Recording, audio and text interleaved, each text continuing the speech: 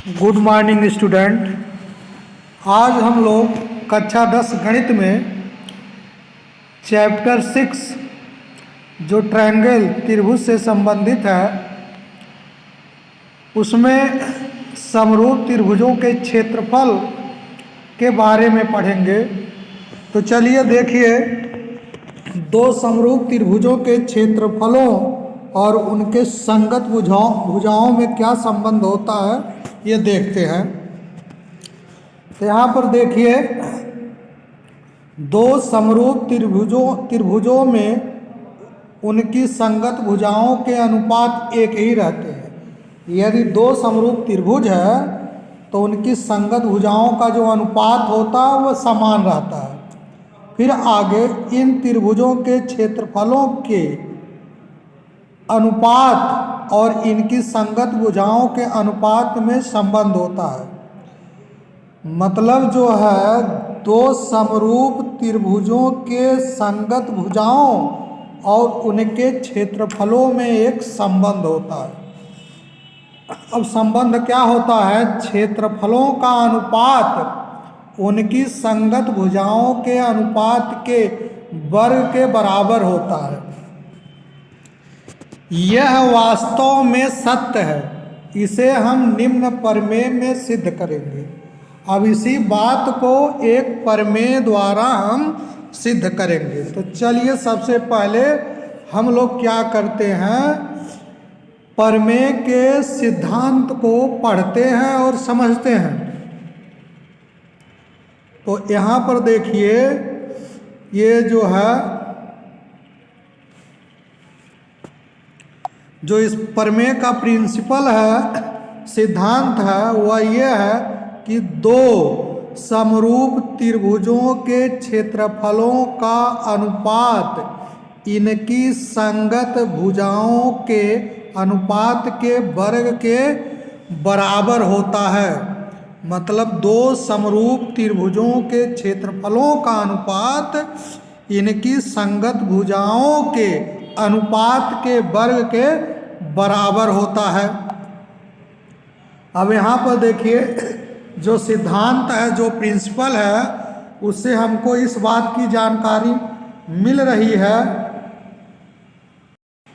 हमको इस बात की जानकारी मिल रही है कि दो त्रिभुज, यहाँ पर देखिए, दो त्रिभुज है। एक त्रिभुज ABC है, यह दूसरा त्रिभुज PQR है, PQR है।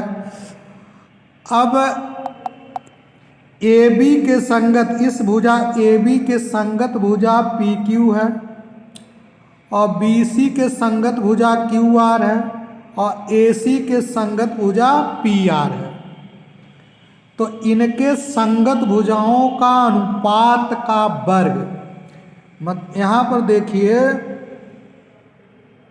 संगत भुजा संगत भुजाओं का अनुपात मतलब AB बटे PQ,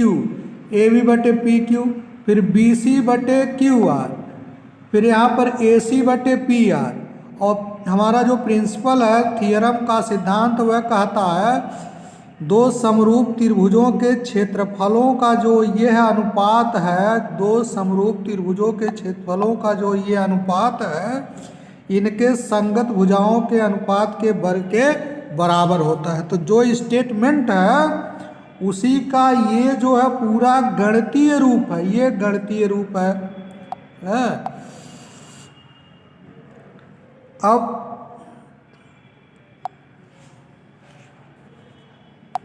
अब इसी को हम लोग सिद्ध करेंगे। ये जो ऊपर दिया गया है, दो समरूप त्रिभुजों के क्षेत्रफलों का अनुपात उनके संगत भुजाओं के अनुपात के वर्ग के बराबर होता है, इसको हम सिद्ध करेंगे।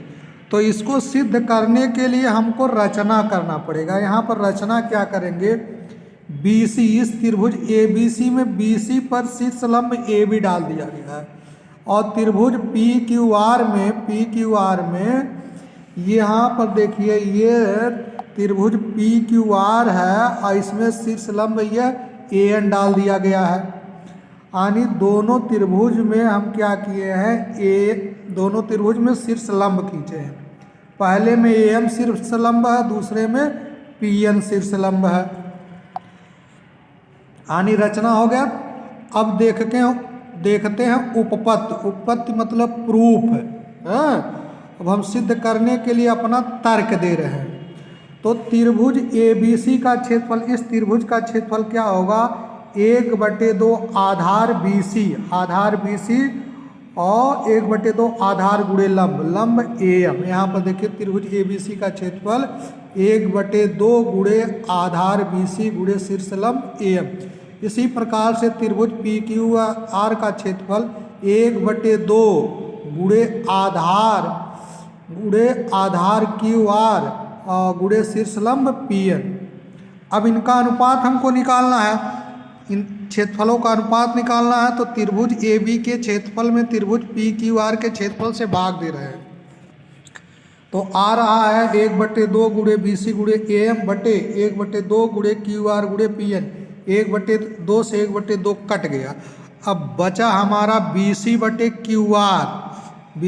QR गुणे AM और गुणे PN।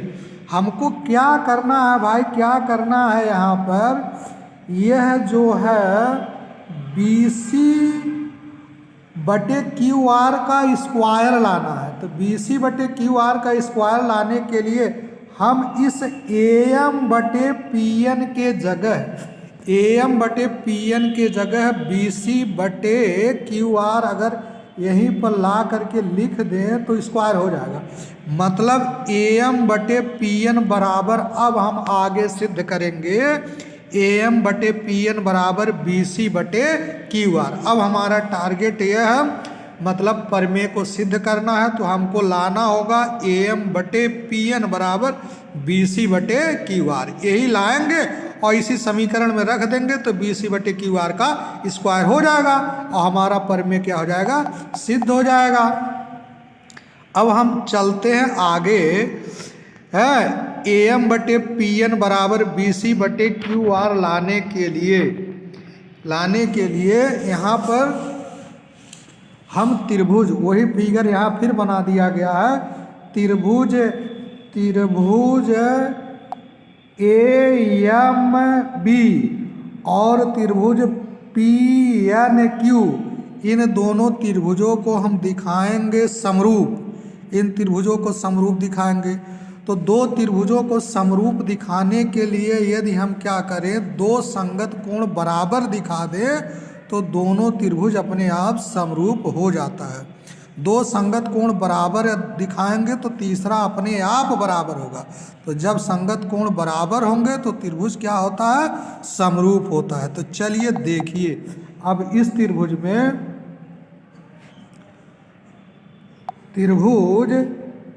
त्रिभुज ABM में हम क्या करेंगे?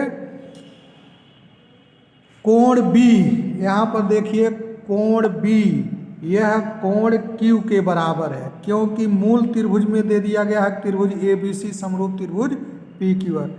कोण M यह है जो है M और यह कोण N, ये दोनों बराबर है। क्यों बराबर है? क्योंकि प्रत्येक 90 अंश है, क्योंकि रचना में ये शीर्ष लंब है।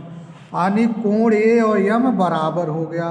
तो इसका मतलब है ये कोण अपने आप ये वाला जो कोण होगा, यह कोण अपने आप ये बराबर होगा। ये दोनों कोण बराबर हैं, ये दोनों बराबर हैं और ये तो क्या है, बाकी ये इसके बराबर होगा।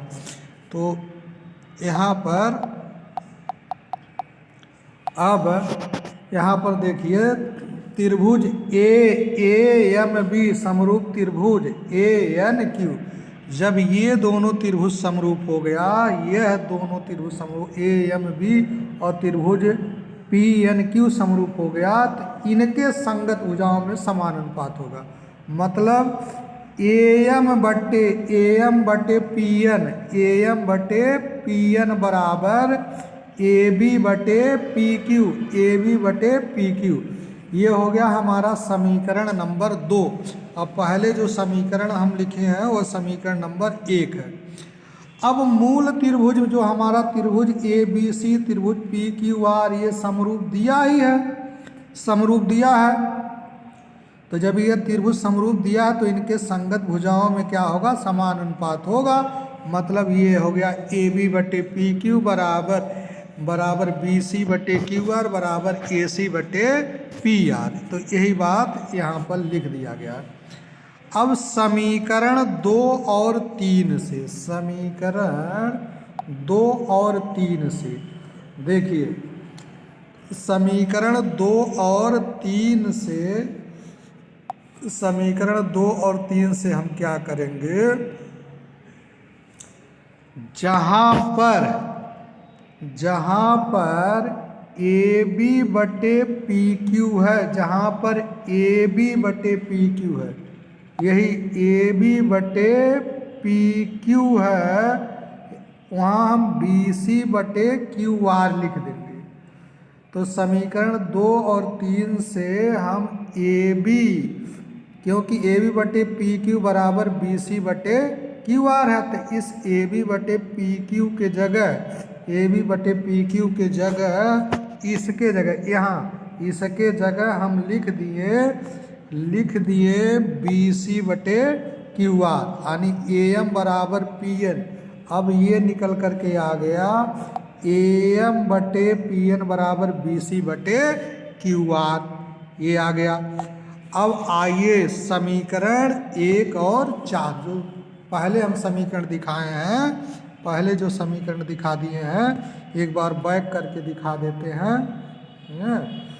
यहाँ पर देखिए, ये जो आपका है पहला समीकरण, हम पहले बताए थे कि हमको लाना क्या है, इस ए एम बटे पी एन की जगह बी सी बटे क्यू आर। तो समीकरण 4 में हमारा आ चुका है ए एम बटे पी एन बराबर बी सी बटे क्यू आर, ये आ चुका है। तो अब यहीं पर ए एम बटे पी एन की जगह हम बी सी बटे क्यू आर लिखने जा रहे हैं। तो समीकरण 1 और 4 से, समीकरण 1 और 4 से देखिए, ये समीकरण 4 है, ए एम बटे पी एन की जगह पर हम बी सी बटे क्यू आर लिख देंगे। ए एम बटे पी एन की जगह बी सी बटे क्यू आर लिख दिए, तो दोनों का आपस में हो गया गुणा, तो बी सी स्क्वायर बटे क्यू आर स्क्वायर हो गया, यानी बी सी का गुणा बी सी में हुआ तो बी सी का स्क्वायर, क्यू आर का गुणा क्यू आर में हुआ तो क्यू आर का स्क्वायर। अब इसको हम यहाँ पर जब बी सी बटे क्यू आर, यहाँ देखिए इकट्ठे बी सी बटे क्यू आर बराबर ए बी बटे पी क्यू बराबर सी पी बटे आर पी। तो जब हमको ज़रूरत रहेगी तो बी सी बटे क्यू आर की जगह ए बी बटे पी आर लिख देंगे, सी ए बटे आर पी लिख देंगे। ऊपर यहाँ पर ये होल वर्ग लिख ही सकते हैं, होल वर्ग लिख ही सकते हैं। तो इस प्रकार से हमारा सिद्ध हो गया, परमेय जो है सिद्ध हो गया कि त्रिभुज ए बी सी का क्षेत्रफल, त्रिभुज ए बी सी का क्षेत्रफल बटे त्रिभुज पी क्यू आर का क्षेत्रफल ए उनके संगत भुजाओं के वर्गों के अनुपात के बराबर होता है।